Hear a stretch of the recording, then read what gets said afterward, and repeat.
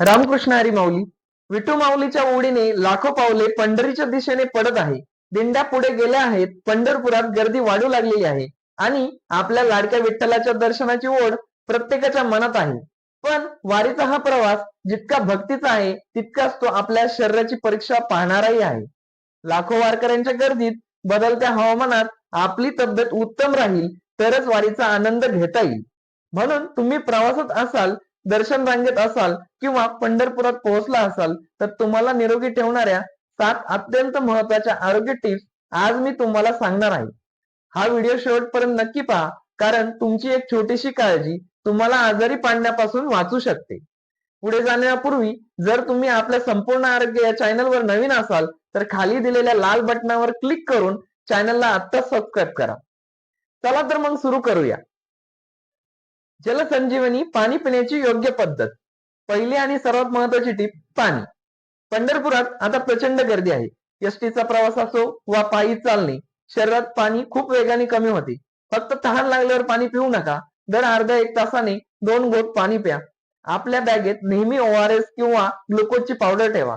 दर्शन रांगेत उभे असताना हीच जलसंजीवनी तुम्हाला चक्कर येण्यापासून किंवा थकव्यापासून वाचू शकेल.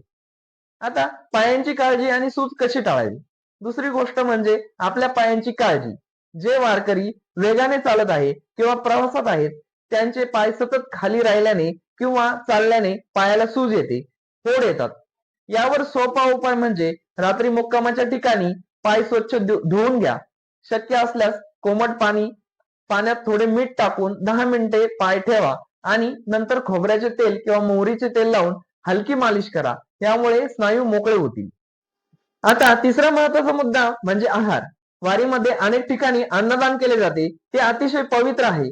पण माऊली उघड्यावरचे अतिशय तेलकट किंवा शिळे अन्न खाणे पूर्णपणे टाळा. पंढरपुरात पाण्याचे इन्फेक्शन, वॉटर इन्फेक्शन लवकर होते. त्यामुळे नेहमी खात्रीशीर आणि स्वच्छ ठिकाणीच पाणी प्या. पचनास हलका आहार घ्या, जेणेकरून पोटदुखी, जुलाब किंवा उलट्यांचा त्रास होणार नाही. आता चौथी टीप, दर्शन रांगेतील फिटनेस. विठ्ठलाच्या मुख दर्शनाची किंवा चरण स्पर्शाची रांग कधी कधी 12 ते 24 तास मोठी असते. एकाच जागी तात्काळ उभे राहिल्याने कंबर, पाठ आणि पाय आखडून जातात. अशा वेळी रांगेत उभे असतानाच पायांच्या टाचावर किंवा चवड्यावर वर खाली व्हा. कंबर दोन्ही बाजूने हलकी गोल फिरवा. यामुळे रक्ताभिसरण, ब्लड सर्क्युलेशन चांगले राहील आणि कंबरदुखीचा त्रास तुम्हाला होणार नाही. पाचवी गोष्ट, साथीचे आजार. लाखो लोकांच्या गर्दीत खोकला, सर्दी किंवा व्हायरल फीवर खूप वेगाने पसरतो. जर तुम्हाला खोकला किंवा शिंक येत असेल तर रुमाल नक्की वापरा. जेवणापूर्वी हात सॅनिटाईज करा किंवा साबणाने स्वच्छ धुवा. गर्दीच्या ठिकाणी शक्य असल्यास मास्कचा वापर करा, तर तुम्ही अनेक इन्फेक्शन पासून सुरक्षित राहाल. 6वी टीप, स्वतःचे मेडिकल किट. तुम्ही डॉक्टरांच्या सल्ल्याने घेत असलेल्या नियमित औषधांशिवाय तुमच्या बॅगेत ताप, अंगदुखी, गॅस, ORS पावडर, बँडेज पट्टी आणि एखादा पेन रिलीफ बाम नेहमी सोबत ठेवा.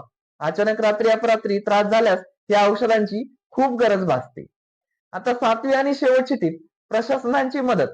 पंढरपूर प्रशासनाने आणि अनेक सामाजिक संस्थांनी ठिकठिकाणी मोफत वैद्यकीय मदत केंद्रे आणि रुग्णवाहिका तैनात केल्या आहेत.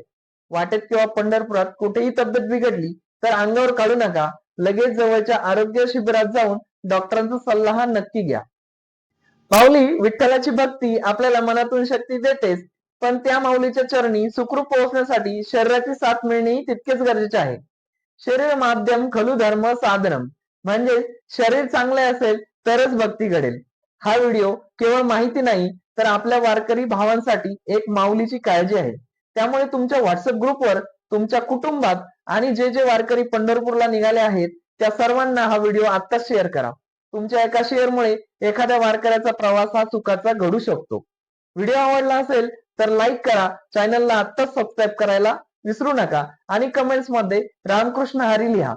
पुन्हा भेटूया अशाच एका माहितीपूर्ण व्हिडिओ मध्ये. तोपर्यंत स्वतःची काळजी घ्या, आनंदाने वारी करा. रामकृष्ण हरी.